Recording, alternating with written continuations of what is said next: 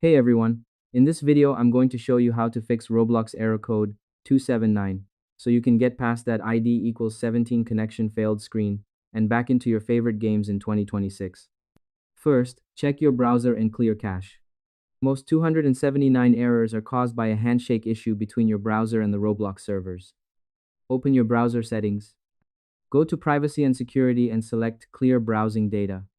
Choose All Time, and check cookies and other site data and cached images and files. This clears out any old or corrupted login tokens that might be blocking your connection. Next, disable third-party extensions. In 2026, many ad blockers and Roblox enhancement extensions have been flagged by the platform's anti-cheat system, causing connection drops. Click the puzzle piece icon, or go to your Extensions or Add-ons manager.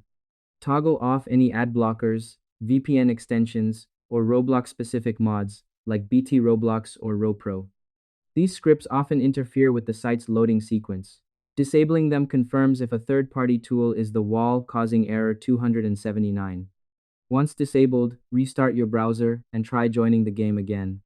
Lastly, reset your internet protocol. If the error persists, your computer's network settings might be pointing to a congested server. Type CMD in your Windows search bar, right-click Command Prompt, and select Run as Administrator. Type ipconfig, flush DNS, and hit Enter.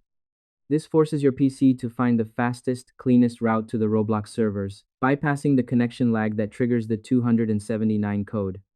And that's it. I hope this helped you out, and I see you in the next one.